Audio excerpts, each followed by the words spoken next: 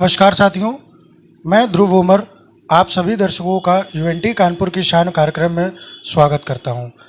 आइए आज हम आपको नए एपिसोड में ले चलते हैं कुछ ऐसे ही नए समाज सेवी के पास जो कि एक युवा हैं और जो लोगों को अपने मेडिकल के क्षेत्र में हर प्रकार से संभव मदद प्रदान करते हैं और युवा होने के नाते एक इनके अंदर जज्बा है लोगों की सेवा करने के लिए। पेशे से डॉक्टर हैं। आइए हम आज आपको ले चलते हैं डॉक्टर जीशान अंसारी के पास। नमस्कार सर। नमस्कार सर, हम आपका स्वागत करते हैं अपने कानपुर की शान प्रोग्राम पे।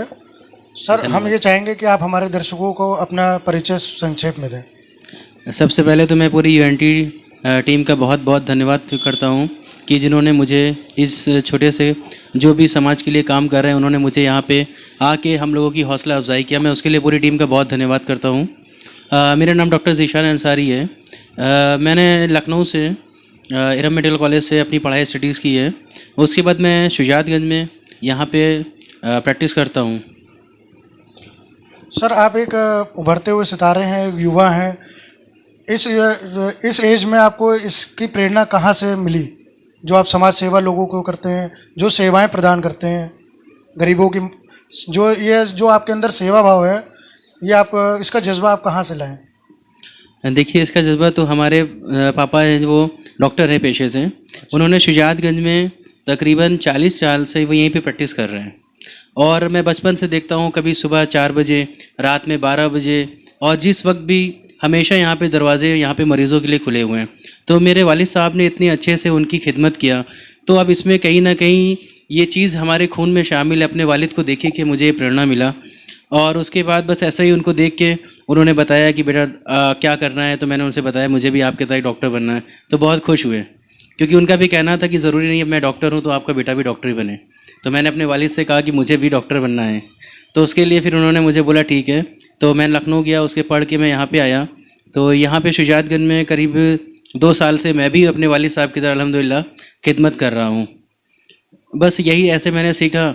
और बस यही एक चीज़ मैं कहना चाहता हूँ कि जो भी लोग अपने एक्सेलेंस में, या कोई डॉक्टर है, इंजीनियर है, कुछ भी हो, हमें अगर किसी भी चीज़ में हम वर्क कर रहे हैं, हाँ, हमें अगर उसके साथ थोड़ा सा भी टाइम मिलता है, जैसे हमारे पास 24 घंटे हैं, तो हमें ज़रूरी है हम उसमें 8 घंटे स्टडीज़ कर रहे हैं या अपना वर्क कर रहे हैं, हम अपनी फैमिली को भी मैनेज करके अपने समाज के लिए भी कुछ काम करना है। क्योंकि हम यहाँ पे भेजे गए हैं दुनिया में तो किसी न किसी मकसद के लिए ही आए। हमें समाज के में भी थोड़ा सा काम करना है, अपनी फैमिली को भी देखना है, अपने पेरेंट्स को भी देखना है। हमें ये नहीं समाज का करना है कि हम किसी भी अपनी कोई भी जिम्मेदारी से भाग के हम समाज का काम कर रहे हैं। हमें हर चीज़ को मैनेज करके प्रॉपर उसकी बाद ही हम करेंगे, अपने पेरेंट्स की आशीर्वाद से, गुरुओं के ब्लेसिंग से। तो ये सब इतनी कम उम्र में आप लोग भी यहाँ पे आए तो मुझे खुद अच्छा लगा कि कभी, क्योंकि जो भी वर्क किया कभी कोई रिटर्न के लिए नहीं किया कि अब ये काम कर रहे हैं तो हो सकता है इसका कुछ रिटर्न मिले। बस एक अच्छे से खिदमत करता चला आ रहा हूँ। बस वही आज आप लोग यहाँ पे इतना सम्मान मिलता है कानपुर शहर में। सब लोग एक कि जूनियर में कि हाँ डॉक्टर साहब बहुत अच्छा काम कर रहे हैं, मेडिकल कैंप लगा रहे हैं। और अभी हम लोगों ने बहुत सारे काम भी ऐसे किए, वो मैं आपको आगे इस विस्तार से बताऊँगा। कृपया करके हमारे दर्शकों को बताएं कि आप लोग जो कैंप लगवाते हैं उसमें किस तरीके से आप सेवा प्रदान करते हैं लोगों को। मोस्टली देखिए, हम लोग तो मेडिकल्स के कैंप लगवाते हैं।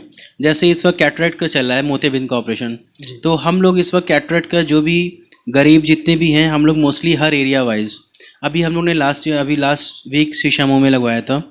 तो ऐसे ही हम लोग कैटरेक्ट का लगाते हैं।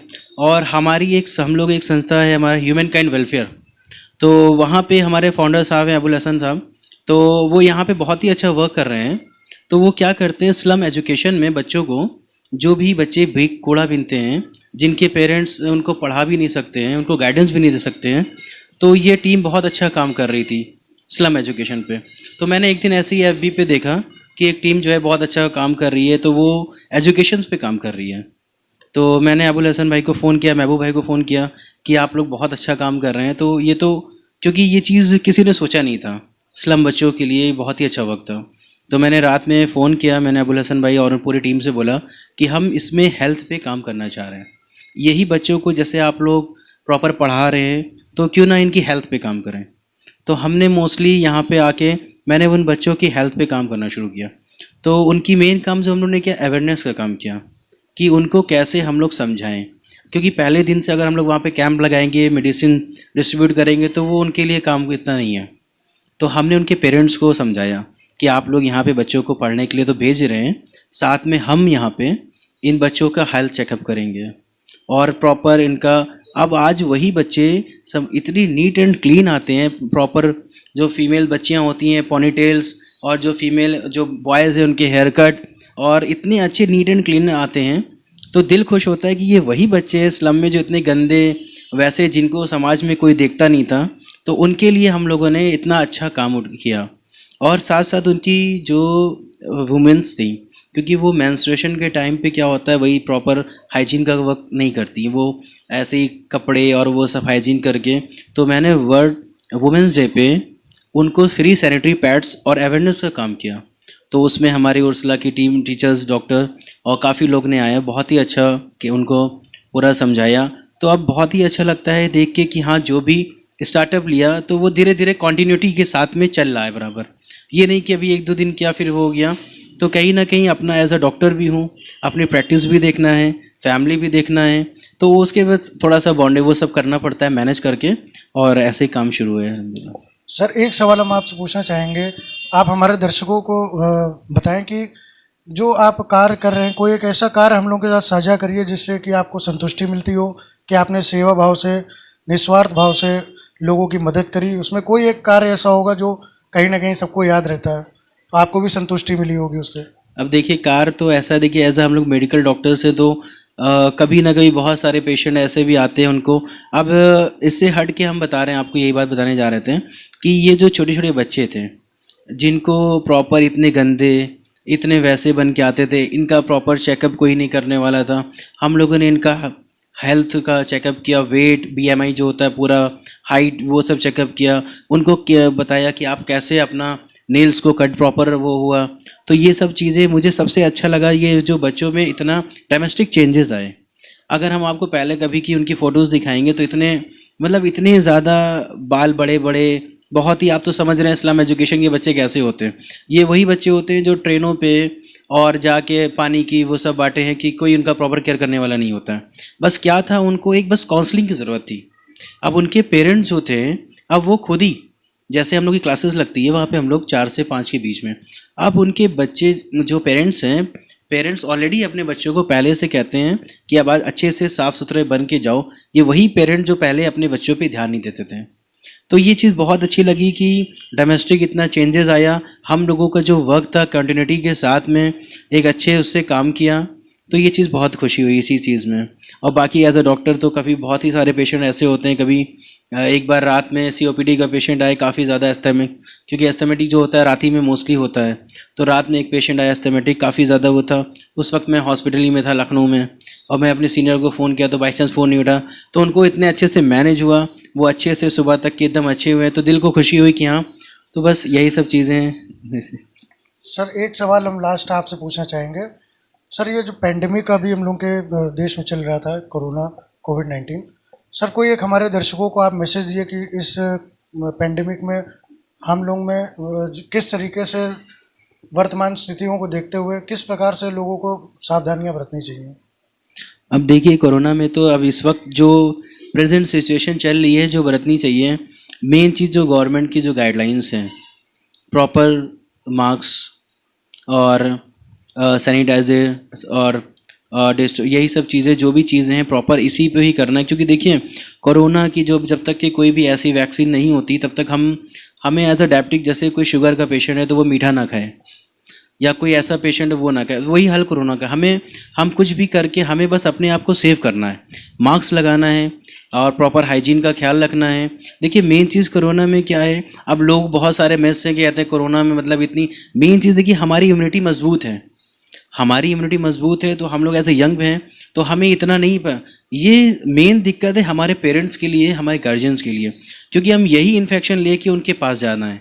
तो मोस्ट प्रॉब्ली ये है, आप जैसे भी गवर्नमेंट प्लेसेस में जाएं तो मास्क को लगाएं और प्रॉपर डिस्टेंस को मेंटेन रखें, और ख़ास जो भी गवर्नमेंट्स की गाइडलाइंस है उसको फॉलो करके वही चीज़। और दिवाली पे भी मैं ये कहना चाहता हूँ, जैसे दिवाली आने वाली, मैं सभी को हैप्पी दिवाली बोलता हूँ। और साथ में जो भी प्रॉपर सैनिटाइज़र है इसका केयरफुली से इस्तेमाल करना चाहिए क्रैकर्स के टाइम पे, क्योंकि कहीं ना कहीं ये भी अल्कोहल होता है, तो सब लोगों को इससे सेव करना चाहिए।